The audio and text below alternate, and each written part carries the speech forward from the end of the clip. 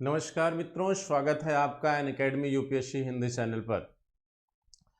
मित्रों, आज हम महान सिद्ध पुरुष भगवान महावीर स्वामी के बारे में अध्ययन करेंगे और आज की जो क्लास होगी वो बेसिकली महावीर स्वामी के परिचय से होगी, उनके सिद्धांतों से होगी और हम ये देखेंगे कि जैन धर्म का डेवलपमेंट किन किन क्षेत्रों में, किन किन राजवंशों या किन के प्रयासों के माध्यम से हुआ। तो आज का जो हमारा पूरा फोकस होगा वो महावीर पर होगा और जैन धर्म के प्रसार पर होगा।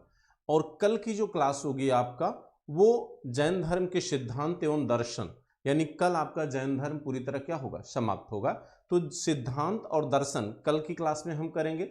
आज की क्लास में हम जो है ये डिस्कस करेंगे कि महावीर स्वामी से किस तरह के क्वेश्चन आते हैं, उनका परिचय देखेंगे और जैन धर्म का प्रसार कैसे हुआ या इनका योगदान क्या रहा जैन धर्म के विकास में, और अन्य राजवंशों या राजाओं ने क्या योगदान दिया जैन धर्म के विकास में। ठीक है, और भारत में कहाँ कहाँ पर जैन धर्म अपने मजबूत स्थिति में हमको दिखाई देता है। ठीक है, तो चलिए आज हम शुरुआत करते हैं जैन धर्म यानी महावीर स्वामी से, क्योंकि यहीं से जैन धर्म अपने वास्तविक स्वरूप में दिखाई देता है। ठीक है, जैसा कि इनके नाम से आपको लगता है, महावीर कहा जाता है कि यह नाम इनको देवताओं के द्वारा इनके कठोर तप और परिश्रम के कारण दिया गया है। ये देवताओं के द्वारा दिया गया इनका नाम है मित्रों महावीर। वैसे बचपन का नाम इनका वर्धमान हुआ करता था। कहते कि महावीर स्वामी एक क्षत्रिय कुल से थे, आपको पता होगा, अभी हम उसकी आपको देंगे, इनकी बेसिक परिचय आपको बताएंगे। लेकिन जहाँ तक इनके जन्म की बात है तो जन्म के संदर्भ में कहा जाता है कि महावीर का जन्म जो है वैशाली के कुंड ग्राम में त्रिशला के गर्भ से हुआ था। वैशाली के कुंड ग्राम में त्रिशला के गर्भ से हुआ था। लेकिन मित्रों, जैन धर्म का एक ग्रंथ है कल्पसूत्र। कल्पसूत्र में एक कथा दी गई है जिसमें यह कहा गया है, महावीर स्वामी के जन्म को लेकर ही कल्पसूत्र में एक विवरण आता है, एक उल्लेख आता है।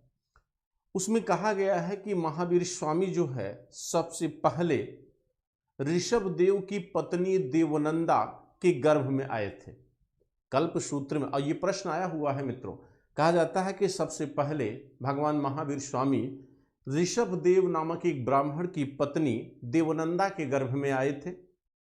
और चूंकि अभी तक जितने भी तीर्थंकर हुए थे, यानी इनसे पूर्व पहले 23 तीर्थंकर आपके जैन धर्म में हो चुके थे, अभी तक के 23 तीर्थंकर जो थे वो सारे के सारे तीर्थंकर चूंकि क्षत्रिय कुल में पैदा हुए थे, इसलिए भगवान इंद्र ने महावीर को देवनंदा के गर्भ से स्थानांतरित कर दिया त्रिशला के गर्भ में। ठीक है, त्रिशला सिद्धार्थ की पत्नी थी जो वैशाली गणराज्य के प्रमुख हुआ करते थे, और वह वैशाली गणराज्य वज्जी संघ का क्या था, एक अंग था। वज्जी संघ में कुल कितने गणराज्य थे? 8 गणराज्य थे। ठीक है, तो ये एक उल्लेख मिलता है। और आपके लेक्चरर में एक क्वेश्चन आया हुआ था इसी पर मित्रों, कि वहां पर यह पूछा गया था कि देवनंदा महावीर स्वामी की क्या थी, माँ थी, मौसी थी, पत्नी थी, इस तरह से विकल्प दिया गया था। और कमीशन ने बार बार उसको आंसर को चेंज किया, कभी माँ कभी मौसी। लेकिन आप ये जानते रहिए कि कोई भी संतान जब किसी के गर्भ में आता है तो सीधी सी बात है वह उसकी माँ ही लगेगी। और दूसरी, देवनंदा एक ब्राह्मण है, त्रिशला एक क्षत्रिय है, तो दोनों बहन भी नहीं हो सकती, इसलिए देवनंदा का महावीर से जो संबंध होगा वो माँ का संबंध होगा। तो ये तो कल्पसूत्र की बात है। ठीक है, ये किसकी बात हमने किया? कल्पसूत्र की, यानी महावीर स्वामी के बारे में ये कथन कहां पर दिया गया है? कल्पसूत्र में दिया गया है, जहां पर ऋषभ देव को पिता बताया गया है और देवनंदा को माता बताया गया है। ये दोनों क्या है? ब्राह्मण है। ठीक है, ये दोनों क्या है? ब्राह्मण है। ऋषभ देव क्या है? एक ब्राह्मण है। देवनंदा भी क्या है? ब्राह्मण है। ठीक है, तो ये उल्लेख जो है आपके कल्पसूत्र में दिखाई देता है मित्रों। लेकिन वास्तव में महावीर स्वामी कहाँ पैदा हुए, किस परिवार में पैदा हुए, इनका जीवन कैसा रहा, उसके बारे में थोड़ी सी चर्चा हम करने जा रहे हैं। और यहाँ पर आप चीज़ों को नोट करने की कोशिश करिएगा, क्योंकि ये एग्जाम के पॉइंट ऑफ व्यू से बेहद इंपॉर्टेंट है और पूछे भी जाते हैं। ठीक है, चलिए, महावीर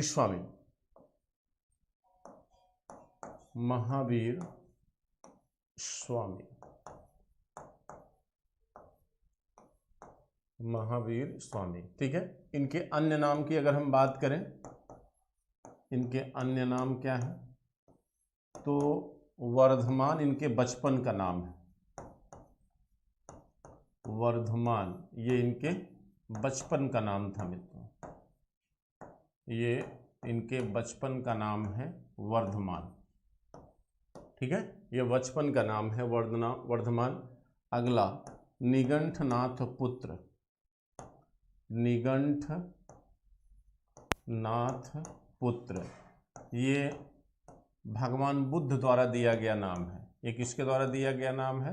बुद्ध के द्वारा दिया गया नाम है। जीवंत स्वामी, जीवंत स्वामी ये भी महावीर का ही नाम है, लेकिन इसको थोड़ा सा समझ लीजिए। कहा जाता है कि कौशाम्बी के राजा हुआ करते थे उदयन।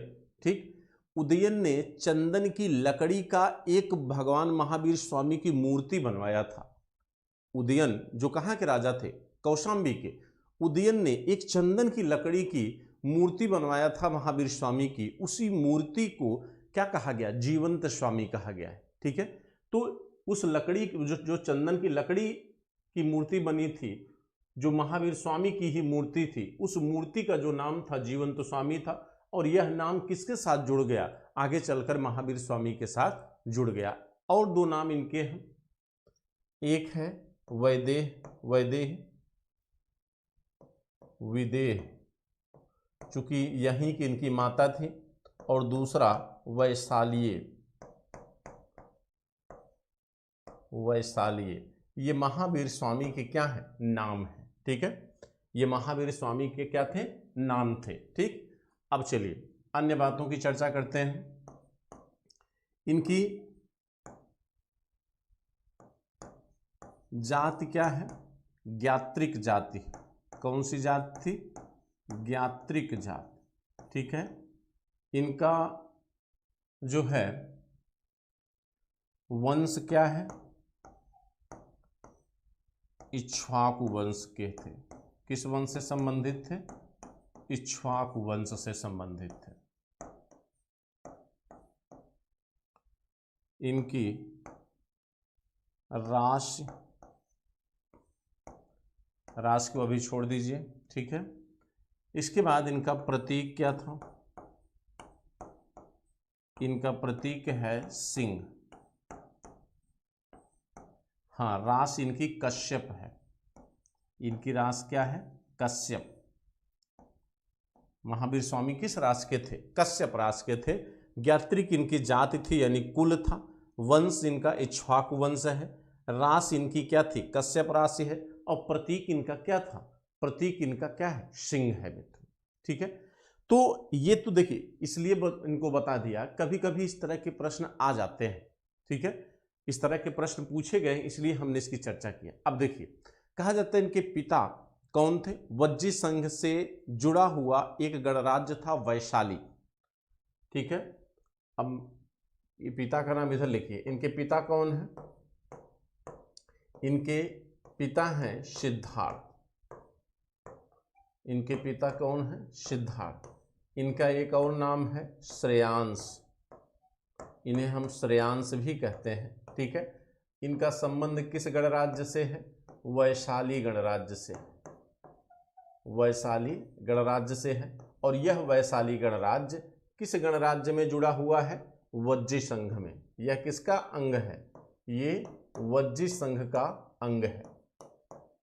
ये वज्जी संघ का अंग है। वज्जी संघ में कुल कितने गणराज्य? 8 गणराज्य। उन 8 गणराज्यों में एक क्या है? वैशाली।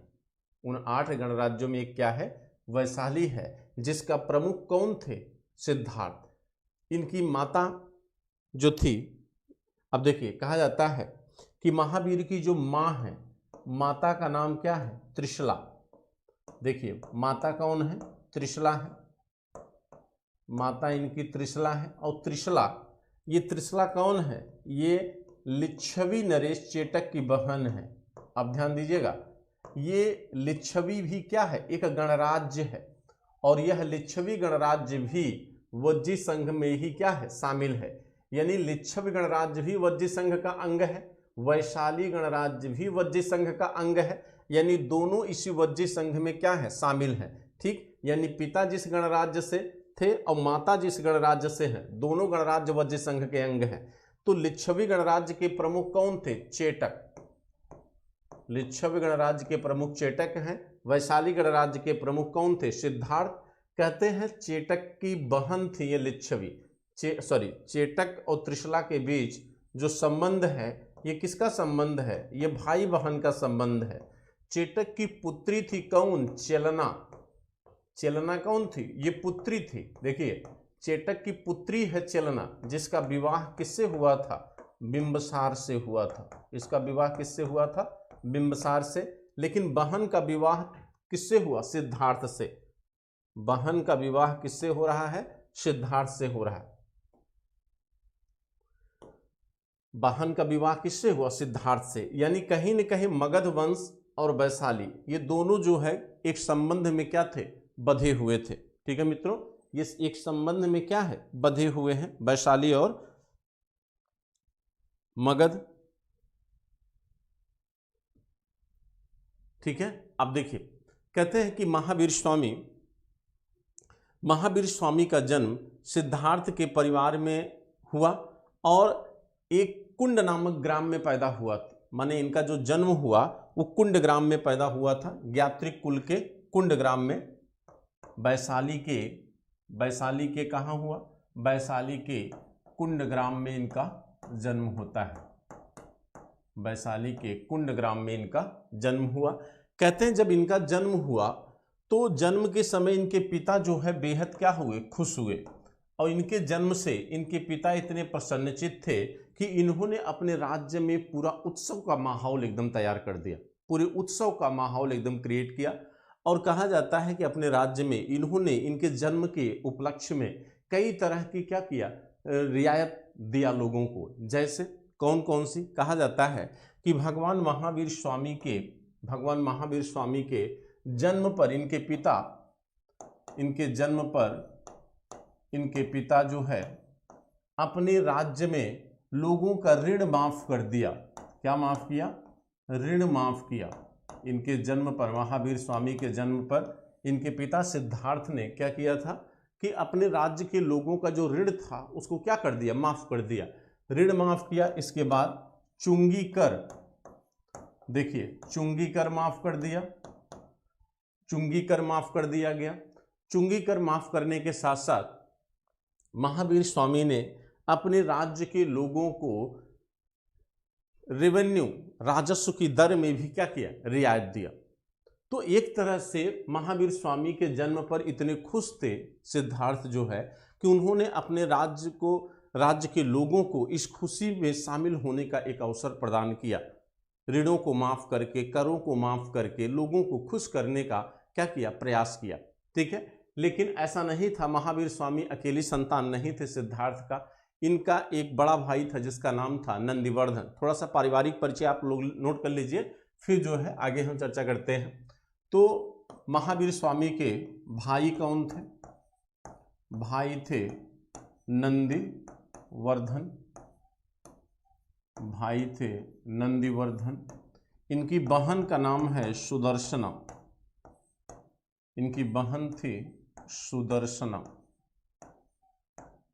इनकी बहन थी सुदर्शना। इनकी पत्नी का नाम इनके क्या था, यशोदा। इनकी पत्नी का नाम मित्रों यशोदा है। ठीक, इनको एक पुत्री पैदा हुई थी महावीर स्वामी को, जिसका नाम अड़ोज्जा है। कहीं कहीं अड़ोज्जा मिलता है और कहीं कहीं प्रियदर्शना, कहीं कहीं प्रियदर्शना।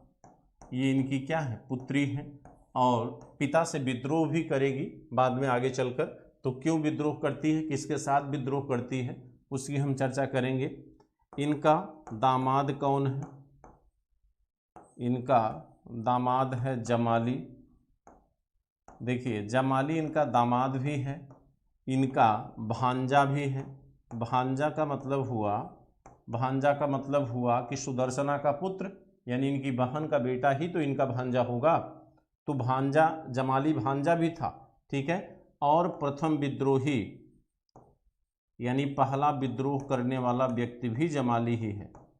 प्रथम विद्रोही भी कौन है? जमाली, यानी पहला विद्रोही भी कौन है? जमाली है। यानी इनके सिद्धांतों के विरुद्ध जमाली ने ही विद्रोह करके श्रावस्ती में अपने आप को जिन घोषित कर लिया था, ठीक। और उस जमाली का साथ दिया था इनकी पुत्री प्रियदर्शना ने, लेकिन बाद में प्रियदर्शना वापस जो है महावीर स्वामी के संघ में आ जाती है, ठीक। लेकिन जमाली सबसे पहला व्यक्ति है जिसने भगवान महावीर स्वामी के विरुद्ध क्या किया? विद्रोह किया। तो ये तो हमने बात किया इनके भाई बहन, पत्नी, पुत्र और भांजे की, ठीक है। अब हम कुछ और तथ्यों की तरफ चर्चा करेंगे। जैसे आप जानते हैं कि महावीर स्वामी के जन्म के विषय में उसी तरह की कहावतें मिलती हैं जैसे आपके भगवान बुद्ध के विषय में मिलती हैं। बुद्ध के विषय में भी कौंडिन्य नामक ब्राह्मण ने ये घोषणा किया था कि भगवान बुद्ध या तो चक्रवर्ती सम्राट होंगे या बहुत बड़े सन्यासी होंगे। इसी तरह की चर्चा महावीर स्वामी को लेकर भी थी। कहा जाता है कि इनके पिता भी थोड़ा चिंतित रहते थे, लेकिन महावीर स्वामी ने अपने पिता को इस बात का आश्वासन दिया था कि आपके जीते जी हम कभी संन्यास ग्रहण नहीं करेंगे। माने इन्होंने अपने माता पिता को यह आश्वासन दिया था महावीर स्वामी ने कि आप चिंतित मत होइए, आपके जीते जी हम कभी भी आप माने संन्यास को ग्रहण नहीं करेंगे। यानी आपकी चिता को अग्नि कौन देगा? हम देंगे, यानी महावीर स्वामी देंगे। और इन्होंने अपने वादे के तहत अपने माता पिता की मृत्यु के उपरांत ही 30 वर्ष की अवस्था में, कितने वर्ष की अवस्था में? 30 वर्ष की अवस्था में, 30 वर्ष की अवस्था में, और अपने भाई नंदिवर्धन से अनुमति के उपरांत, चूंकि पिता का उत्तराधिकारी कौन बना? नंदिवर्धन, और नंदिवर्धन की अनुमति के उपरांत जो है महावीर स्वामी 30 वर्ष की अवस्था में गृह परित्याग इन्होंने किया। अब देखिए, उन्होंने गृह परित्याग कितने वर्ष की अवस्था में किया? 30 वर्ष की अवस्था में किया। और त्याग करने के बाद कहा जाता है कि गृह परित्याग करने के बाद इन्होंने खंड वन में, कौन सा वन? खंड। गृह परित्याग के बाद खंड वन में अशोक वृक्ष के नीचे, किस वृक्ष के नीचे? अशोक वृक्ष के नीचे, अशोक वृक्ष के नीचे इन्होंने अपने सारे राजसी वस्त्र को क्या किया? त्याग दिया। जैसे भगवान बुद्ध अपने सारथी चन्ना के साथ जब राजमहल से बाहर जंगल में आए तो उन्होंने चन्ना को जब वापस जाने के लिए कहा तो चन्ना ने जाने से इनकार कर दिया। उसने कहा भगवान मने आपके पिता सुद्धोधन मेरी हत्या कर देंगे।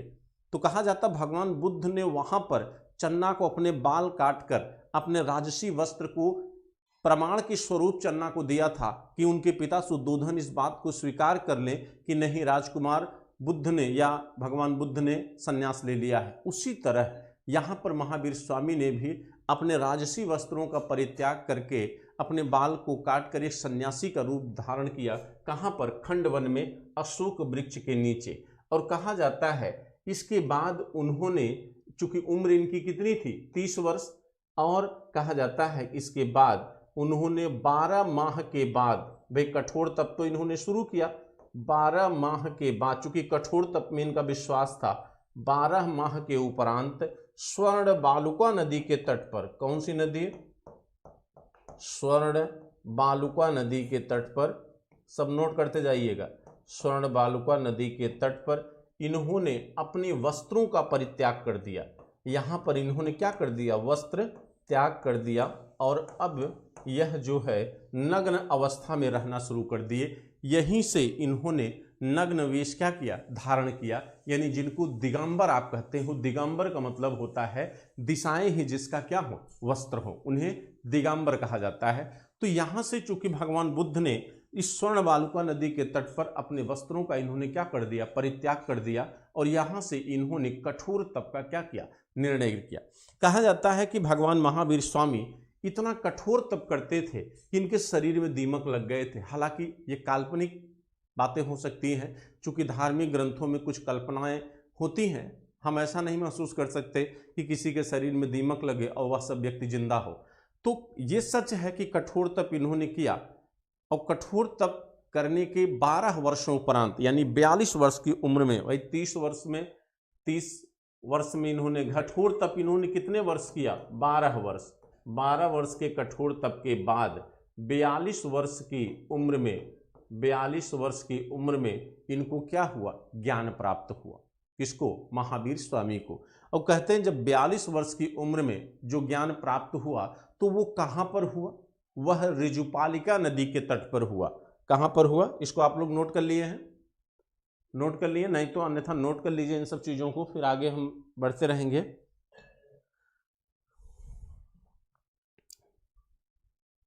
ठीक है, और ज्यादा से ज्यादा लोगों को जोड़ने की कोशिश करिए आप लोग जो है।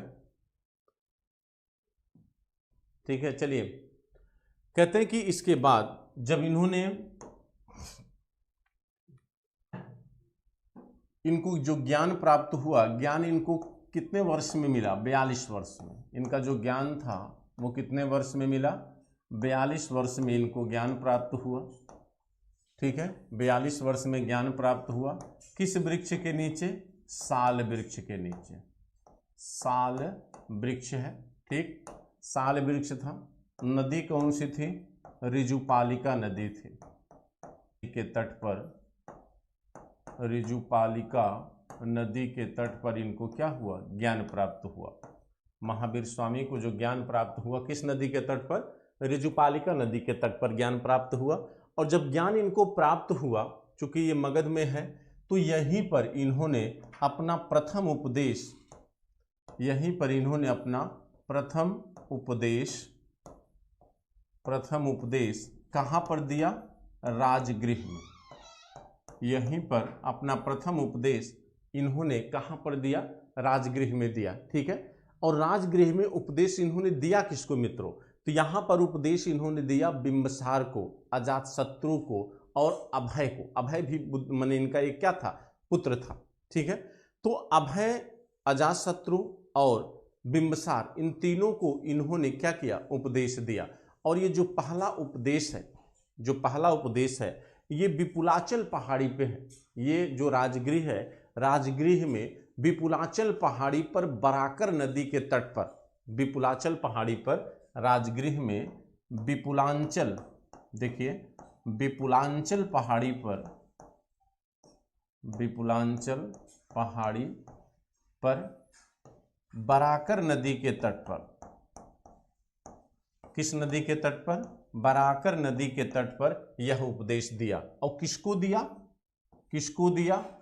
जिसमें 3 लोग थे, एक बिंबसार, चलना भी थी, चलना जो पत्नी है किसकी?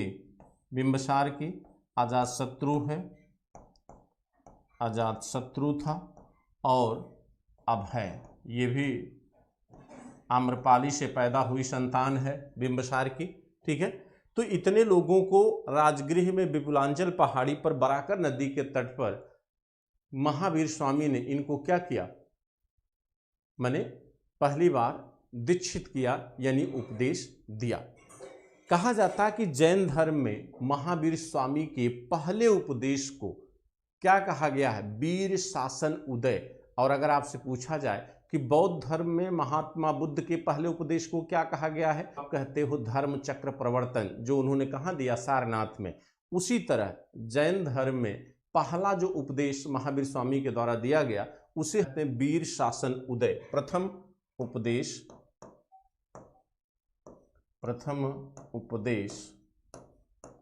को क्या कहा गया है? प्रथम उपदेश को हम कहते हैं वीर शासन उदय। वीर शासन उदय,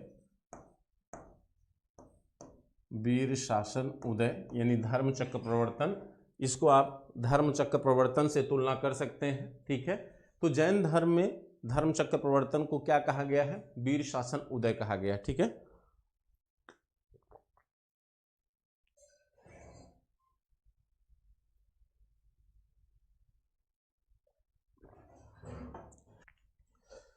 देखिए मित्रों, अभी थोड़ा हम धीरे धीरे बात कर रहे हैं आप लोगों से, क्योंकि गले में थोड़ी सी प्रॉब्लम चल रही है।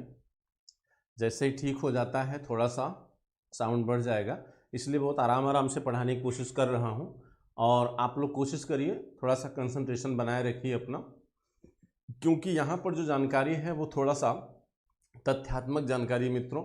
लेकिन कभी कभी तथ्यात्मक जानकारी भी बहुत महत्वपूर्ण हो जाती है, ठीक है, क्योंकि कॉन्सेप्ट के साथ तथ्य की जानकारी होना भी बेहद जरूरी होता है, ठीक है। तो ये आप ध्यान रखिएगा। अब चलिए, पहला उपदेश इन्होंने दे दिया। तो कहा जाता है उपदेश देने के बाद ये जो धर्म प्रचारक थे, वो चाहे भगवान बुद्ध हो चाहे महावीर स्वामी हो, वो करते क्या थे भाई? पूरा वर्ष जो है वो एक वर्ष माने एक 12 महीने का वर्ष होता है। 12 महीने में ये 8 महीना, चूंकि 3 ऋतुएं होती हैं, गर्मी, ठंडी और वर्षा, तो 8 महीना यानी पूरे गर्मी और पूरे जाड़ा ये पदयात्रा के माध्यम से अपने धर्म की बातों को लोगों तक पहुंचाने का प्रयास करते थे, ठीक है। 4 महीना जो वर्षा का समय होता था, वह 4 महीना ये किसी एक जगह क्या करते थे? रुकते थे, ठीक है। एक जगह क्या करते थे? रुकते थे। तो उसे वर्षावास कहा जाता था। वास माने होता है आवास, ठीक। वर्षा माने वर्षा के समय का आवास। तो पहला जो वर्षावास है इन्होंने कहाँ बिताया? अस्तिका ग्राम में।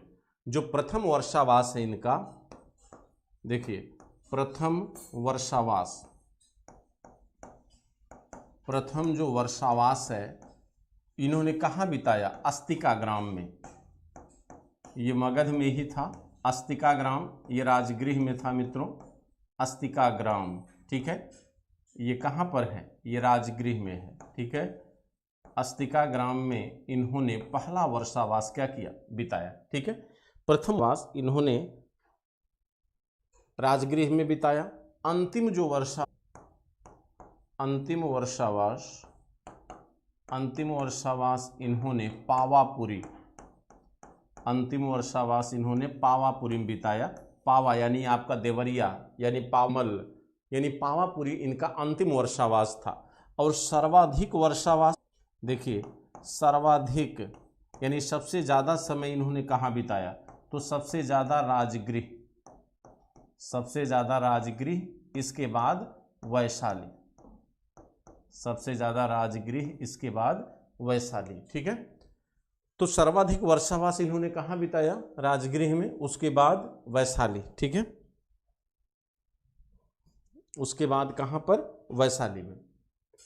तो वर्षावास, मुझे उम्मीद है आप समझ रहे होंगे कि वर्षावास किसे कहते हैं, ठीक है। यानी वर्षा के समय जहाँ ये 4 माह रुकते थे उसे वर्षावास कहा जाता है। अब देखिए, कहा जाता है जब महावीर स्वामी को ज्ञान प्राप्त हुआ तो ज्ञान प्राप्ति के बाद महावीर स्वामी को कई नामों से संबोधित किया गया, ठीक है।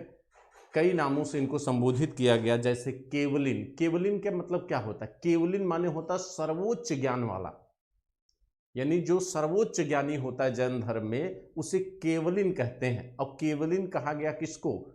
आपके महावीर स्वामी को, ठीक है। जिन महावीर स्वामी को कई नामों से जाना जाता है, जब इनको ज्ञान प्राप्त हो गया तो महावीर स्वामी को महावीर स्वामी, इन्हें जिन भी कहा गया, इन्हें केवलिन भी कहा गया, इन्हें निर्ग्रंथ भी कहा गया। निर्ग्रंथ सभी बंधनों से जो क्या हो? मुक्त हो। केवलिन माने क्या होता है? सर्वोच्च विजेता, सर्वोच्च विजेता, नहीं सॉरी, सर्वोच्च ज्ञान वाला, इसको कहते हैं सर्वोच्च ज्ञान। जिन माने क्या होता है? विजेता, जो इंद्रियों को क्या करे? जीत ले, यानी।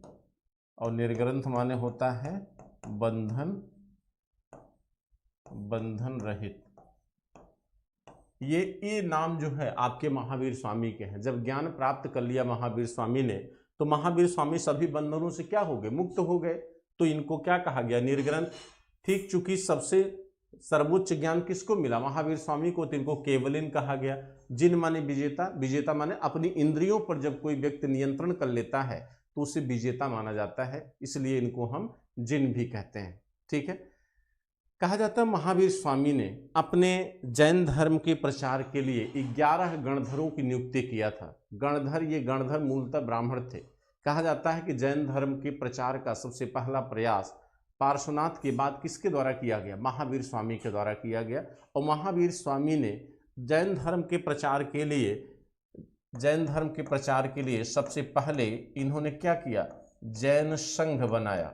जैन संघ बनाया जिसके अध्यक्ष कौन थे? महावीर स्वामी थे। इसके अध्यक्ष स्वयं कौन बने? महावीर स्वामी। महावीर स्वामी स्वयं इसके क्या बने? अध्यक्ष बने। और इसके बाद इन्होंने 11 जो है गणधर नियुक्त किए, जो महावीर स्वामी के बाद इस संघ के क्या बनते? अध्यक्ष बनते। और कहा जाता है महावीर स्वामी के बाद जो अध्यक्ष बना वो कौन बना? इंद्रभूति बना। कौन बना? इंद्रभूति बना।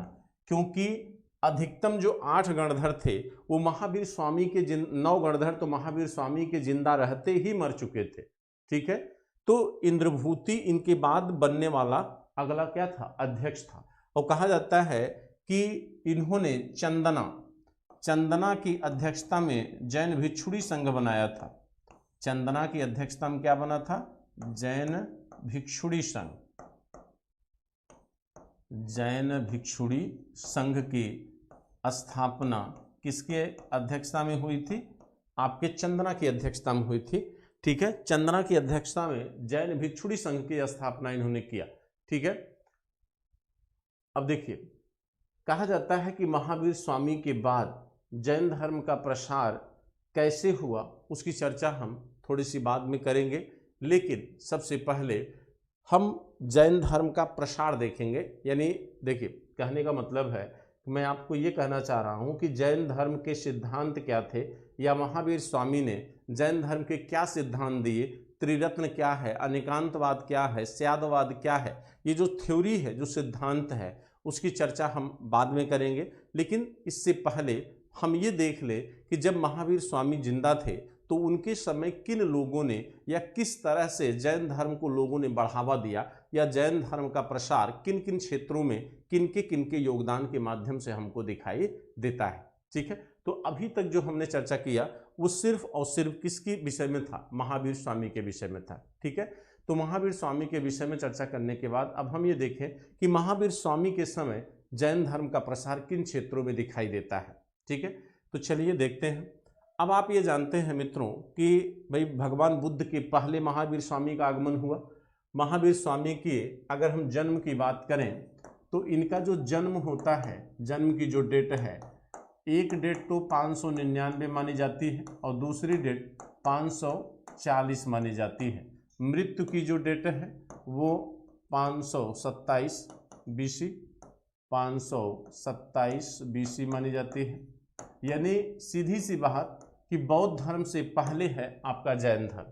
ठीक है, बौद्ध धर्म से पहले आपका जैन धर्म है। लेकिन ये ध्यान रखिएगा महावीर स्वामी और भगवान बुद्ध का जो मुलाकात है वो एक बार हुआ है मगध में, ऐसा माना जाता है। तो ध्यान रखिएगा, हो सकता है कभी पूछ ले कभी पूछा जा सकता है। कहते हैं कि महावीर स्वामी के समय किन राज्यों के द्वारा, किन लोगों के द्वारा जैन धर्म को बढ़ावा दिया गया या जैन धर्म को राजाश्रय दिया गया। ठीक है, तो चलिए देखते हैं जैन धर्म का प्रसार। जैन धर्म का प्रसार तो एकदम क्रम से हम देखने की कोशिश करेंगे। जैन धर्म का प्रसार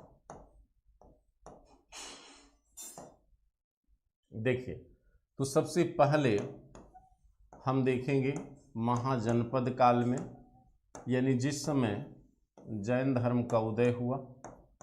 महाजनपद काल जिस समय जैन धर्म का उदय होता है, तो महाजनपद काल में किन किन महाजनपदों ने जैन धर्म को राजाश्रय दिया या जैन धर्म को बढ़ावा देने की कोशिश किया। ठीक है, तो भाई सीधी सी बात है, कुछ तो रिश्तेदार यहाँ इनके कहीं न कहीं संबंध है। तो संबंध किन किन महाजनपदों में है? एक तो मगध भी संबंध में ही आएगा।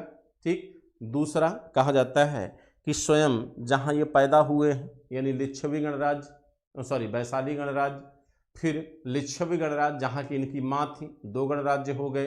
ठीक, और तीसरा मगध हो गया। ये 3 तो इनके क्या हो गए, माने कहने का मतलब है तीनों से इनके क्या थे, कहीं न कहीं रिलेशन थे, जिसकी वजह से जैन धर्म को लोगों ने बढ़ावा दिया। अब देखिए कहते सबसे पहले मगध। मगध में सबसे अधिक प्रभाव था उस समय जैन धर्म को। मगध में बिंबसार एवं अजातशत्रु, मगध में बिंबसार एवं अजातशत्रु दोनों ने समर्थन दिया जैन धर्म को, यानी दोनों ने जैन धर्म को अपना समर्थन दिया, यानी सहिष्णुता की नीति का यहाँ पर प्रदर्शन किया।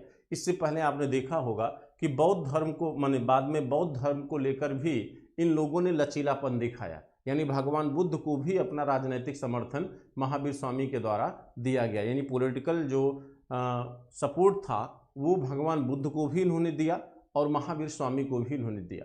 ठीक, इसके बाद कहा जाता है लिच्छवी गणराज्य चेटक, लिच्छवी जो इनके मामा थे, लिच्छवी शासक चेटक, लिच्छवी शासक चेटक ने अपना राजधर्म घोषित किया, यानी जैन धर्म को राजधर्म बना दिया। ठीक, तो इससे बड़ा समर्थन कुछ नहीं हो सकता था, तो उसने सीधे सीधे जैन धर्म को राजधर्म की संज्ञा दे दिया अपने राज्य में। ठीक है, कहा जाता है कि अंग नरेश दधिवाहन, अंग का राजा था दधिवाहन, अंग का राजा दधिवाहन, अंग का राजा दधिवाहन भी जैन धर्म को समर्थन दिया, इसने भी जैन धर्म स्वीकार किया। अंग राजा दधिवाहन, इसने भी जैन धर्म स्वीकार किया। कौशाम्बी का राजा उदयन, कौशाम्बी का राजा उदयन, उदयन ने महावीर स्वामी की चंदन की मूर्ति बनवाई थी, चंदन के लकड़ी की मूर्ति, चंदन के लकड़ी की मूर्ति, चंदन के लकड़ी की मूर्ति बनाई। इसका मतलब है कि कहीं न कहीं महावीर स्वामी में उसका विश्वास था। तो यहाँ कौशाम्बी नरेश उदयन ने भी कहीं न कहीं अपना विश्वास जैन धर्म को लेकर प्रकट किया, जैन धर्म में अपना विश्वास प्रदर्शित किया। किसने? कौशाम्बी नरेश उदयन ने। अब देखिए, कहते हैं अवंती का शासक चंडप्रदोत्त भी जैन धर्म में अपना विश्वास प्रदर्शित किया था, यानी अवंती नरेश चंडप्रदोत्त ने भी अपने समय जैन धर्म को समर्थन प्रदान किया था। ठीक है, मथुरा के जो उस समय मथुरा नरेश थे उन्होंने भी जैन धर्म को समर्थन दिया था। इसके बाद आप कौशल नरेश भी जैन धर्म को समर्थन दिए थे। लेकिन ओवरऑल अगर हम देखें तो जितना कट्टर सपोर्ट या आप कह सकते हैं कि जितना फुल्ली समर्थन या पूरा समर्थन बौद्ध धर्म को मिला इन महाजनपदों के द्वारा, उतना प्रबल समर्थन जैन धर्म को नहीं मिला। ओवरऑल अगर हम देखें तो केवल वैशाली लिच्छवी के साथ साथ आप वैशाली को भी रख सकते हैं इसमें, केवल वैशाली लिच्छवी और मगध में प्रबल समर्थन आपके जैन धर्म को प्राप्त होता है। ठीक है, जबकि भगवान बुद्ध के द्वारा प्रतिपादित बौद्ध धर्म पूरे महाजनपदों में अपनी मजबूत स्थिति जमा पाया था। तो उसका एक कारण सिर्फ ये था कि जहां जैन धर्म अहिंसा के कठोरतम नियमों के पालन पर बल देता है, वहीं बौद्ध धर्म थोड़ा सा लचीलापन अपनाता है अहिंसा को लेकर। ठीक है, इसीलिए कहा जाता है कि बहुतायत समाज जैन धर्म को स्वीकार नहीं कर पाया, क्योंकि सब अहिंसा का इतना कठोरतम अनुपालन नहीं कर सकते जितने अनुपालन की बात महावीर स्वामी कर रहे थे। इसीलिए आप देखेंगे कि सामान्य रूप से सर्वाधिक व्यापारियों में ही आपको जैन धर्म दिखाई देगा, किसानों में या अन्य व्यवसाय से संबंधित व्यक्तियों में आपका बौद्ध धर्म प्रबल रूप से दिखाई देगा। ठीक है, तो इसीलिए जैन धर्म जो है उतना महत्वपूर्ण या उतनी मजबूत स्थिति ग्रहण नहीं कर सका जितना बौद्ध धर्म ग्रहण करता है। ठीक है, लेकिन धीरे धीरे यानी महाजनपद काल के बाद आने वाले वंशों में भी हमें जैन धर्म का अस्तित्व दिखाई देता है, यानी आने वाले समय में अगले राजवंशों ने भी जैन धर्म को अपना समर्थन दिया। तो चलिए आगे हम देखते हैं कि किन राजवंशों ने जैन धर्म को राजाश्रय दिया। तो हम अब मगध को केंद्र में रखकर ध्यान केंद्रित करेंगे कि चूंकि सारे जनपद अब धीरे धीरे क्या हो जाएंगे, समाप्त हो जाएंगे, तो राजनीति का एक केंद्र बिंदु जो बनकर उभरेगा वो कौन है? मगध। तो मगध को ही हम ध्यान में रखकर ये देखेंगे कि आने वाले राजवंशों में किस तरह से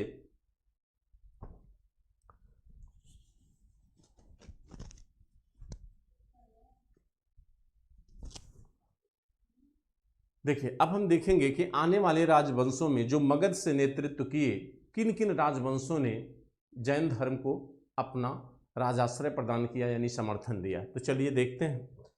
कहते हैं मगध में हर्यक वंश के बाद,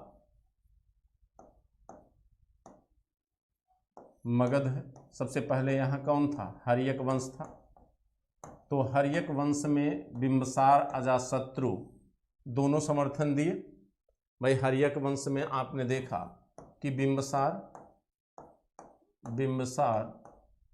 एवं अजातशत्रु इन दोनों ने समर्थन दिया।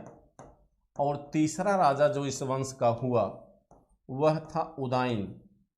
और उदाइन पूरी तरह क्या हो गया था? जैन भिक्षु हो गया था। ये पूरी तरह क्या हो गया? जैन भिक्षु हो गया। यानी हर्यक वंश में सबसे अधिक जैन धर्म को समर्थन देने वाला व्यक्ति कौन था? उदयन था। ठीक, ये पूरी तरह क्या हो गया? जैन भिक्षु हो गया था मित्रों। इसके बाद कहते हैं हर्यक वंश के बाद आपका शिशुनाग वंश आता है। हर्यक वंश के बाद शिशुनाग वंश आया। शिशुनाग वंश में हमें जैन धर्म दिखाई नहीं देता है। ठीक, शिशुनाग वंश के बाद नंद वंश आता है। और आप जानते हैं कि नंद वंश के राजा क्या थे? शूद्र थे। और शूद्रों को वैदिक धर्म में समान अधिकार नहीं था। तो क्या यह वैदिक धर्म को अपनाते? शूद्र राजा कभी वैदिक धर्म को अपनाएगा? नहीं अपनाएगा। इसलिए क्योंकि वैदिक धर्म शूद्रों को समानता का अधिकार नहीं देता, धर्म के अनुपालन का अधिकार नहीं देता।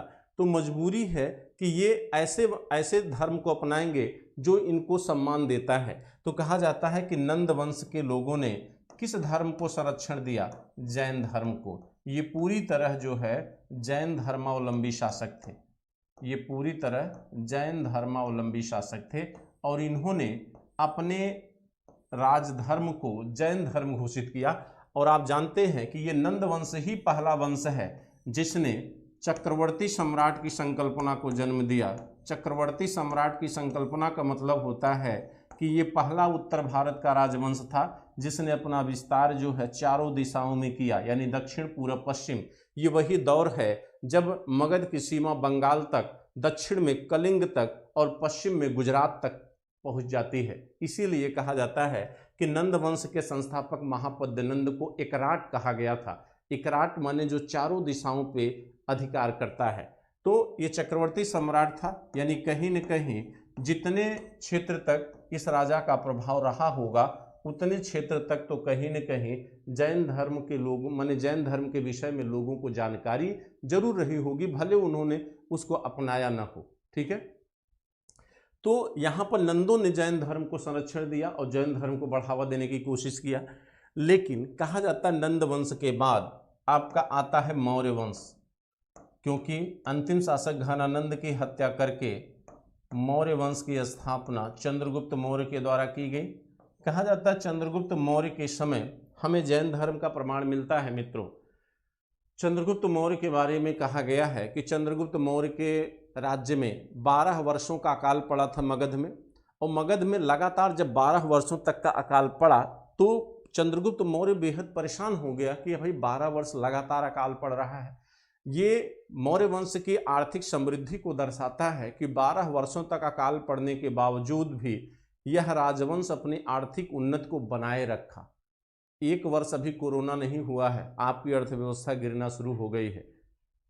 कहते हैं कि चंद्रगुप्त मौर्य ने सभी विद्वानों की एक मंडली आयोजित किया और उसने ये प्रस्ताव रखा कि आखिर हमारी इस समस्या का कारण क्या है कि लगातार मगध में 12 वर्ष से अकाल पड़ रहा है। तो कहा जाता है कि एक जैन भिक्षु ने इनको बताया कि आपके पूर्व में किए गए हिंसा के परिणाम है ये, यानी जो आपने अपने कर्मों के द्वारा हिंसा फैलाई है इस राज्य को निर्मित करने के लिए, उसी हिंसा का प्रतिफल है ये। तो कहा जाता है चंद्रगुप्त मौर्य ने पूछा कि आखिर ये दूर कैसे होगा। तो उसने कहा कि जिन चीज़ों को अर्जित करने के लिए आपने हिंसा किया है, यानी जिस राज्य को पाने के लिए, जिस राज्य के निर्माण के लिए आपने लोगों का खून बहाया है, उस राज्य को आप क्या कर दीजिए? परित्यक्त कर दीजिए, यानी त्याग दीजिए। और एक जैन भिक्षु के रूप में सल्लेखना व्रत के माध्यम से अपने प्राणों का परित्याग कर दीजिए।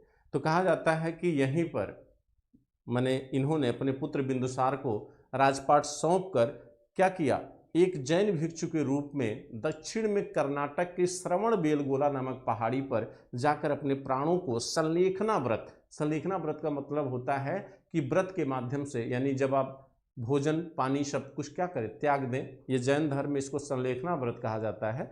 तो इस व्रत के माध्यम से चंद्रगुप्त अपने प्राणों का क्या करता है, परित्याग करता है। तो जीवन के अंतिम वर्षों में कहीं न कहीं चंद्रगुप्त मौर्य भी जैन धर्मावलंबी हो गया था। तो यहाँ भी ये दिखता है कि नहीं, जैन धर्म का प्रसार कहीं न कहीं चंद्रगुप्त मौर्य के समय, माने चंद्रगुप्त मौर्य के माध्यम से दिखाई देता है। दूसरी चीज कहते हैं कि इसी के चंद्रगुप्त मौर्य के समय ही, आपको अगर याद होगा तो इसी चंद्रगुप्त मौर्य के समय, देखिए लिखना जरूरी नहीं, आप सुनते जाइए ध्यान से, इसी चंद्रगुप्त मौर्य के समय ही मित्रों आपकी प्रथम जैन संगीत का आयोजन होता है। और इस पहली जैन संगीत में ही आपके राज्य में, माने आपके जैन धर्म में दो संप्रदाय निर्मित होते हैं, एक श्वेतांबर, दूसरा दिगंबर। श्वेतांबर संप्रदाय वो लोग होते थे जो श्वेत वस्त्र धारण करते थे। दिगंबर माने दिशाएं ही जिसका वस्त्र हो, यानी जो नग्न अवस्था में रहते थे। कहते हैं जब अकाल पड़ा तो जैन भिक्षु भद्रबाहु के नेतृत्व में जो लोग दक्षिण चले गए, यानी अकाल से बचने के लिए जो लोग दक्षिण गए, यानी आप कह सकते हैं कि दक्षिण भारत में जैन धर्म का प्रसार कहीं न कहीं भद्रबाहु के माध्यम से हुआ। ठीक। दूसरी बात, उत्तर भारत में जो लोग रह गए वो श्वेतांबर कहलाए, जो श्वेत वस्त्र धारण करते थे। ये उदारवादी विचारधारा के लोग थे। और भद्रबाहु जब वापस आया तो सिद्धांतों को लेकर दोनों में क्या हो गया, अलगाव हुआ। और यहाँ पर जैन संघ दो भागों में बंटकर दो संप्रदायों में हो गया, एक हो गया दिगंबर और दूसरा हो गया श्वेतांबर। कहते हैं कि दिगंबर शाखा, यानी जैन धर्म की दिगंबर शाखा का विस्तार दक्षिण में किसने किया, भद्रबाहु ने, जो अकाल के समय गया था। लेकिन अगर आपसे कहा जाए कि दक्षिण में श्वेतांबर शाखा का विस्तार किसने किया, तो सुहस्तिन ने किया था। देखिए श्वेतांबर शाखा का जो विस्तार है, श्वेतांबर संप्रदाय का विस्तार दक्षिण में किसने किया, सुहस्तिन ने किया। सुहस्तिन, ये वही सुहस्तिन है जिसने संप्रति को जैन धर्म में दीक्षित किया था। अब प्रश्न है कि ये संप्रति कौन है। ये संप्रति जो है अशोक का पोता था, अशोक का पोता है। ये अशोक का पोता है मित्रों। ये संप्रति कौन है, ये अशोक का पोता है। ठीक है, यानी कहने का मतलब है कि मौर्य वंश में एक तरफ चंद्रगुप्त मौर्य के समय जहां जैन धर्म विस्तारित हुआ, चंद्रगुप्त मौर्य के योगदान से जैन धर्म एक तरफ जहां फैला, क्योंकि चंद्रगुप्त मौर्य के समय जैन संगीति हुई। और स्वयं चंद्रगुप्त अपने व्यक्तिगत जीवन में, जीवन के अंतिम वर्षों में स्वयं जैन धर्म को क्या करता है, अपनाता है। वही चंद्रगुप्त मौर्य के बाद इसका बेटा बिंदुसार होता है, बिंदुसार के बाद अशोक होता है। अशोक का पोता है कौन, संप्रत। संप्रत के समय कहा जाता है संप्रत को जैन धर्म में दीक्षित किया था किसने, सुहस्तिन ने। और यही सुहस्तिन श्वेतांबर संप्रदाय को दक्षिण भारत में क्या किया, विस्तारित किया।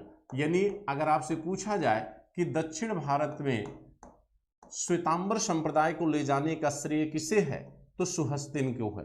किसको है, सुहस्तिन को है।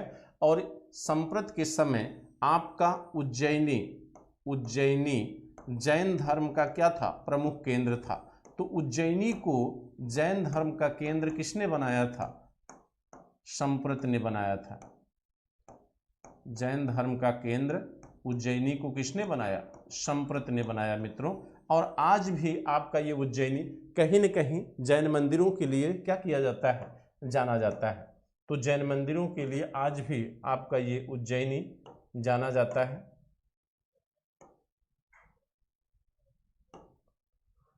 ठीक है,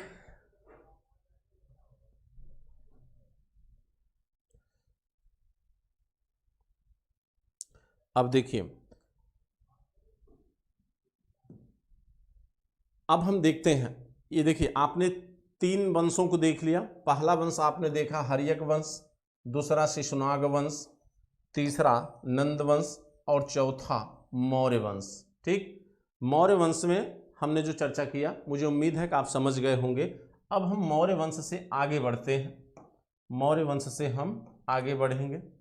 ठीक है, तो देखिए कहा जाता है कि मौर्य वंश के बाद आप जानते हैं जब मौर्य वंश का पतन हुआ, एकदम सीक्वेंस में चलना, यहाँ आपको एक चीज़ और पता चल जाएगा, इतिहास का जो तिथिक्रम माने क्रमबद्धता है, जो ऐतिहासिक क्रमबद्धता है, जो सिनारियो है, वो भी आपको क्लियर हो जाएगा कि किस वंश के बाद कौन सा वंश आता है। ठीक है, देखिए कहते हैं कि मौर्य वंश के पतन के बाद आप जानते हैं कि राजनीतिक विखंडन भारत में उत्पन्न हो जाता है, यानी छोटे छोटे राजवंशों का उदय होता है और मौर्य वंश के धरातल पर शुंग वंश का उदय होता है। ठीक, तो मौर्य वंश के धरातल पर शुंग वंश का उदय होता है, लेकिन शुंग वंश ब्राह्मण धर्मावलंबी थे। शुंग वंश क्या थे? ब्राह्मण धर्मावलंबी थे। पुष्यमित्र शुंग उसका संस्थापक था। तो शुंग वंश के द्वारा कहीं न कहीं माने जैन धर्म को राजाश्रय नहीं मिल पाया, लेकिन इसी समय कुछ विदेशी आक्रमणकारी हिंदुस्तान में आते हैं, जिनमें हिंदेवन शासक हैं, आपके शक हैं, कुषाण हैं, पहलव हैं। ठीक, उनमें से कुषाणों के समय देखिए कहा जाता है कि कुषाणों के समय कुषाण वंश में मथुरा जैन धर्म का केंद्र है। कैसे? कहा जाता है कि मथुरा में कंकाली टीला मिला है। कंकाली टीला यहाँ से जैन धर्म के प्रमाण हमको प्राप्त होते हैं। यहाँ से कंकाली टीले से जैन धर्म के क्या हैं? प्रमाण मिले हैं। कंकाली टीले से जैन धर्म के प्रमाण हमको प्राप्त होते हैं। तो अगर आपसे कहा जाए कि कुषाण वंश में कौन सा क्षेत्र जो है आपके जैन धर्म का केंद्र बिंदु था, तो आप कहेंगे क्या? मथुरा। क्योंकि मथुरा के कंकाली टीला से हमें कुछ ऐसी मूर्तियां मिली हैं जो जैन धर्म से क्या है? संबंधित हैं। ठीक है, और इसी समय कहते हैं, इसी समय आपके कलिंग नरेश खारवेल मोस्ट इंपॉर्टेंट है मित्रों। कलिंग का राजा खारवेल, कलिंग में कौन सा वंश था? चेदी वंश। कलिंग में कौन सा वंश है? चेदी वंश, जहाँ का राजा है खारवेल। इसका एक अभिलेख है जिसका नाम है हाथी गुम्फा अभिलेख। कौन सा अभिलेख? हाथी गुम्फा अभिलेख। हाथी गुम्फा, देखिए हाथी गुम्फा अभिलेख, इसके अभिलेख का नाम है हाथी गुम्फा अभिलेख। ये अभिलेख बेहद इंपॉर्टेंट है मित्रों, बहुत इंपॉर्टेंट है ये अभिलेख। इंपॉर्टेंट इसलिए है क्योंकि ये पहला अभिलेख है जो जैन धर्म में मूर्ति पूजा का प्रमाण देता है। ये पहला अभिलेख है जो जैन धर्म में मूर्ति पूजा का प्रमाण देता है। जब मूर्ति पूजा का प्रमाण देता है तो कैसे?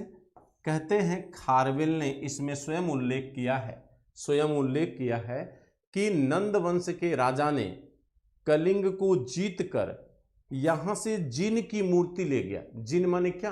विजेता। जिन माने क्या? विजेता। अब जिन किसके लिए यूज होता है? तीर्थंकरों के लिए यूज होता है। तो कहीं न कहीं जिन की मूर्ति ले गया, तो जिन की मूर्ति ले गया, तो मूर्ति अगर बनी होगी तभी तो मूर्ति ले गया, तो इसका मतलब कि मूर्ति पूजा का प्रचलन हो चुका है। ठीक है, इसीलिए कहा जाता है कि खारवेल नरेश हाथी गुम्फा अभिलेख, खारवेल का जो हाथी गुम्फा अभिलेख है, इस अभिलेख से पहली बार हमें मूर्ति पूजा का स्पष्ट प्रमाण जैन धर्म में दिखाई देता है। कहते हैं इसमें स्वयं तीर्थंकरों की स्तुति से ही यह अभिलेख क्या होता? शुरू होता है।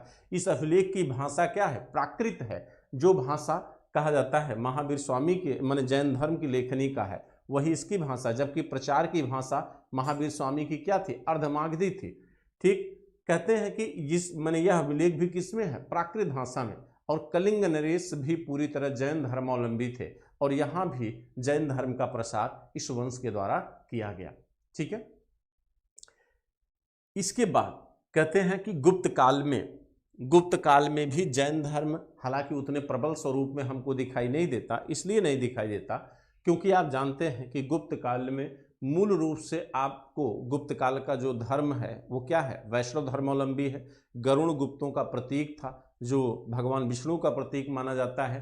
फिर भी कुछ ऐसे एग्जाम्पल हमको दिखाई देते हैं जिससे ये पता चलता है कि कहीं न कहीं गुप्त काल में भी जैन धर्म को समर्थन राजाओं का क्या था, प्राप्त था। और गुप्त काल के जो राजा थे वो कहीं न कहीं सहिष्णु माने सहिष्णु थे, उनकी विचारधारा जो है सभी धर्मों के प्रति क्या थी, समान थे। तो कैसे, कौन कौन से उल्लेख हमको दिखाई देते हैं, तो यानी गुप्त काल में किन किन लोगों के द्वारा हमें जैन धर्म को समर्थन दिखाई देता है। तो देखिए, कहा जाता है कि गुप्त काल में एक राजा है रामगुप्त, एक राजा रामगुप्त है। हालांकि रामगुप्त की ऐतिहासिकता संदिग्ध है, ये चंद्रगुप्त द्वितीय के बड़े भाई थे। कहते इनका अभिलेख विदिशा में बेसनगर से मिला है। विदिशा एमपी में है, ये विदिशा कहाँ है, एमपी, विदिशा के बेसनगर से, विदिशा के बेसनगर से जैन मूर्तियां पाई गई हैं। क्या पाई गई हैं, जैन मूर्तियां। और इन जैन मूर्तियों के पूर्व भाग पर, इन जैन मूर्तियों के पूर्व माने पिछला, इन पूर्व भाग पर राजा रामगुप्त के बारे में अभिलेख निर्मित किए गए हैं। ठीक है, तो इससे ये पता चलता है कि कहीं न कहीं राजा जो रामगुप्त थे ये जैन धर्म के समर्थक रहे होंगे। ठीक है, तो जैन मूर्तियों का निर्माण कहीं न कहीं गुप्त काल में भी हो रहा था, ये दो बातों को इंगित करता है। और जैन मूर्तियों का पाया जाना गुप्त काल में जैन धर्म के अस्तित्व को क्या करता है, पूरी तरह से बताने का प्रयास करता है। अब देखिए, कहते हैं कुमारगुप्त के समय, कुमारगुप्त के राज दरबार में एक व्यक्ति था जिसका नाम था शंकर। इसने भी जैन मूर्ति का निर्माण किया था, ये भी जैन धर्म का क्या था, समर्थक था, ये कर्मचारी था। शंकर ने भी, यानी ये कुमारगुप्त के समय का है, और इसने भी जैन धर्म को क्या किया था, समर्थन दिया था। इसी तरह आपके स्कंदगुप्त के समय भी जैन धर्म का हमको प्रमाण दिखाई देता है। उस अभिलेख का नाम याद नहीं आ रहा है, जिसमें 5 जैन तीर्थंकरों की मूर्तियों के निर्माण का प्रमाण मिलता है। तो ओवरऑल हम देखें तो कहीं न कहीं गुप्त काल में भी हमको कुछ जैन धर्म के ऐसे प्रमाण हमको दिखाई देते हैं। ठीक है, और अगर हम बात करें गुप्त काल के बाद की, कि गुप्त काल के बाद जो है जैन धर्म के प्रमाण हमको कहाँ दिखाई देते हैं, तो गुप्त काल के बाद जैन धर्म का सबसे प्रबल स्वरूप हमें गुजरात के क्षेत्र में दिखाई देता है। कहा जाता है कि गुजरात में चालुक्य वंश का शासन था। मित्रों, चालुक्य वंश, जिनको सोलंकी वंश भी आप कहते हैं, वहाँ का एक शासक था जयसिंह सिद्धराज, वहाँ का एक शासक था जयसिंह सिद्धराज। कहते हैं कि जयसिंह सिद्धराज जो चालुक्य वंश के शासक से, जयसिंह सिद्धराज के दरबार में देवसूरी और कुमुक चंद्र, देखिए जयसिंह सिद्धराज के दरबार में देवसूरी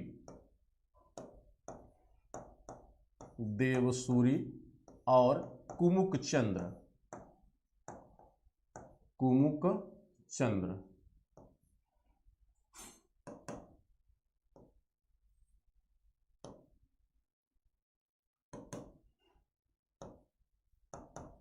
चंद्र, इन दोनों लोगों के बीच क्या हुआ था, शास्त्रार्थ हुआ था। इन दोनों लोगों के बीच शास्त्रार्थ हुआ था।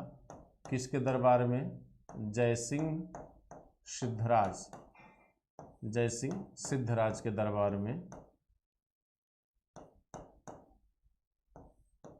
ये मल्लीनाथ के दर्शन के लिए जाया करता था, जबकि जैन धर्मावलंबी नहीं है, लेकिन फिर भी मल्लीनाथ के दर्शन के लिए जाता था।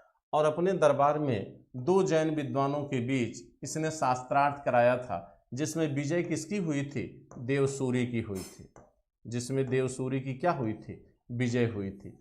जयसिंह सिद्धराज के बाद जो अगला राजा यहाँ का हुआ वो क्या था, कुमारपाल था। और कुमारपाल जो है ये किसके प्रभाव में जैन धर्मावलंबी हो गया, हरिभद्र के दरबार में ये क्या हो गया, जैन धर्मावलंबी हो गया। और कहते हैं कि इसने जैन धर्म को राजधर्म घोषित कर दिया। कुमारपाल ने जैन धर्म को राजधर्म घोषित किया और जैन धर्म से इतना ज़्यादा प्रभावित था कि इसने अपने राज्य में शराब पर प्रतिबंध लगा दिया, शराब पर बैन लगाया, शराब पर प्रतिबंध लगा दिया, पशु हत्या पर प्रतिबंध लगा दिया, पशु हत्या पर प्रतिबंध, और जुआ यानी शतरंज। यानी कहने का मतलब है कि कुमारपाल जैन धर्म से इतना प्रभावित हुआ कि इसने अपने राज्य में होने वाले द्यूत क्रीड़ा यानी जुआ, पशु हत्या और शराब की बिक्री पर, उपयोग पर क्या किया, प्रतिबंध लगा दिया मित्रों। तो इससे ये लगता है कि नहीं, कुमारपाल कहीं न कहीं जैन धर्म से क्या था, बेहद प्रभावित था। पूर्व मध्यकाल के कुछ महान लेखक हैं जो जैन धर्म से जुड़े हुए हैं, जिन्होंने कहीं न कहीं अपनी रचनाओं के माध्यम से जैन धर्म को बचाए रखने का प्रयास किया। तो पूर्व मध्यकाल के कुछ लेखक हैं जिसमें अकलंक आते हैं, हरिभद्र, विद्यानंद। ये पूर्व मध्यकाल के ऐसे लेखक हैं जिन्होंने अपनी रचनाओं के माध्यम से जैन धर्म को सुरक्षित करने का प्रयास किया। तो उसमें तीन आपके हैं, एक अकलंक हो गए, दूसरे आपके हरिभद्र है और तीसरे विद्यानंद। हरिभद्र, अकलंक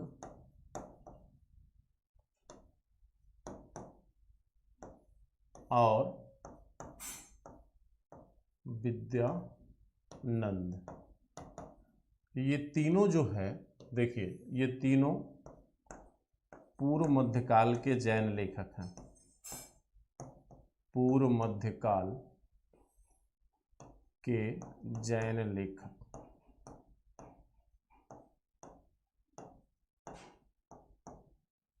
जैन लेखक, ठीक है। पूर्व मध्यकाल में हालांकि जैन धर्म बेहद कमजोर हो गया और बौद्ध धर्म भी इस समय पतन के कगार पे जा रहा था, लेकिन कुछ राजा ऐसे थे जिन्होंने व्यक्तिगत रूप से जैन धर्म को कहीं न कहीं बचाए रखने का प्रयास किया। जैसे गुर्जर प्रतिहार वंश में एक राजा है नागभट्ट प्रथम। नागभट्ट ने अक्षदेव को, जैन भिक्षु, देखिए जैन विद्वान अक्षदेव, जैन विद्वान अक्षदेव, ये नागभट्ट अक्षदेव, ये किसके दरबार में थे, ये नागभट्ट प्रथम,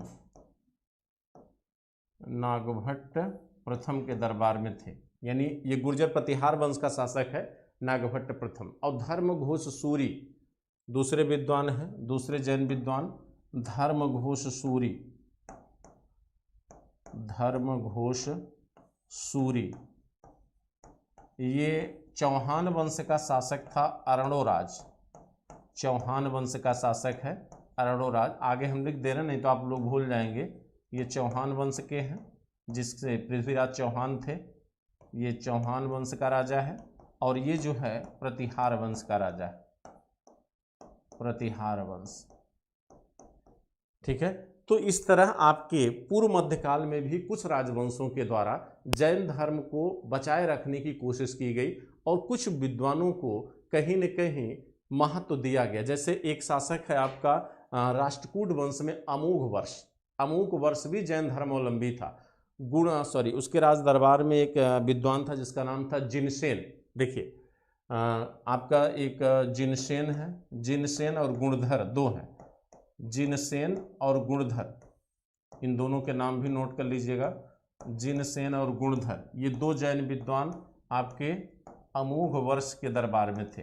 ये वही अमोघ वर्ष है मित्रों जो अपने राज्य में अकाल पड़ने पर, ये राष्ट्रकूट वंश का था, कहा जाता है कि इसने अपने राज्य में अकाल पड़ने पर अपना एक अंगूठा काटकर लक्ष्मी को दान कर दिया था, लक्ष्मी देवी को चढ़ा दिया था अपना अंगूठा काटकर, ताकि इसके राज्य में कहीं न कहीं अकाल क्या हो जाए, समाप्त हो जाए।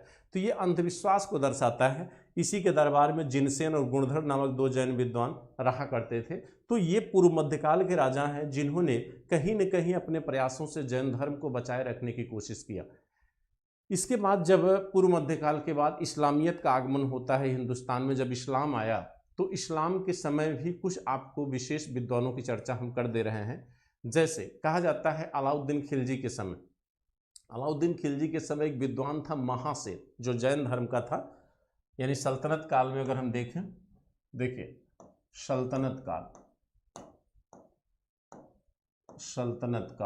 सल्तनत काल में अलाउद्दीन के समय, अलाउद्दीन खिलजी, सल्तनत काल में अलाउद्दीन खिलजी के समय एक विद्वान था महासेन। कहा जाता है कि महासेन की विद्वता से, ये जैन विद्वान था, जैन धर्म से जुड़े हुए हैं, इनकी विद्वता से इतना प्रभावित था कि स्वयं इनका गुलाम अपने घोषित कर दिया था। महासेन की विद्वता से इतना प्रभावित था। और दूसरा एक विद्वान था चंद्रसूरी, बात समझ रहे हैं। एक और विद्वान अलाउद्दीन खिलजी के दरबार में थे जिनका नाम था रामचंद्र सूरी। तो दो विद्वान अलाउद्दीन खिलजी के दरबार से जुड़े हुए थे। रामचंद्र सूरी, इनको काफी दान भी दिया था अलाउद्दीन खिलजी ने। तो रामचंद्र सूरी और महासेन, ये दो जैन विद्वान आपके किसके दरबार में थे? अलाउद्दीन खिलजी के दरबार में थे। और दो मोहम्मद बिन तुगलक, चूंकि मोहम्मद बिन तुगलक स्वयं विद्वान व्यक्ति था, योग्यता को महत्व भी देता था, तो मोहम्मद बिन तुगलक के दरबार में दो विद्वान थे। एक जिन प्रभु सूरी, देखिए जिन प्रभु सूरी और जिन चंद्र सूरी, दोनों में अंतर है। जिन प्रभु सूरी मोहम्मद बिन तुगलक, जिन चंद्र सूरी अकबर के समय। तो ये मत भूलिएगा, अक्सर यहाँ पे कंफ्यूजन हो जाता है। जिन चंद्र सूरी वो अकबर के समय है और जिन प्रभु सूरी ये आपके मोहम्मद बिन तुगलक के समय है। देखिए एमबीटी, हम मोहम्मद बिन तुगलक को 60 में लिख दे रहे हैं। एमबीटी के समय जैन विद्वान कौन था? जिन प्रभु सूरी,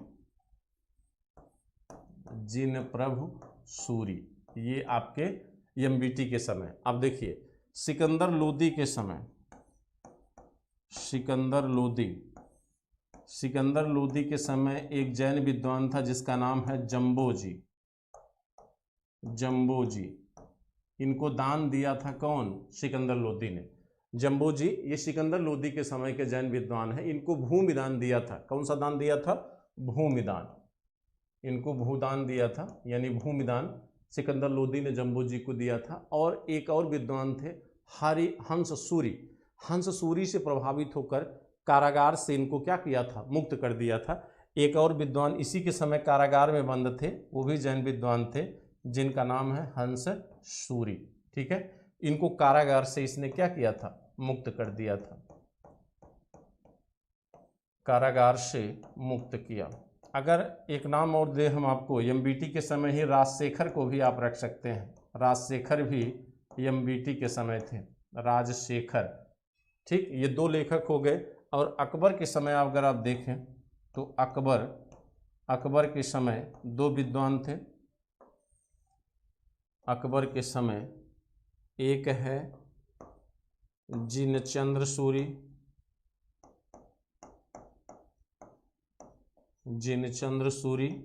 और हरिचंद्र सूरी।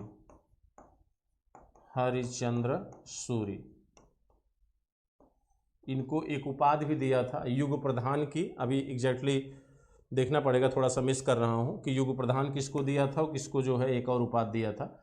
अभी केवल नाम की चर्चा हम कर रहे हैं कि जिनचंद्र सूरी और हरिचंद्र सूरी ये दो विद्वान जैन धर्म से जुड़े हुए थे। और ये दोनों अकबर के दरबार में थे मित्रों।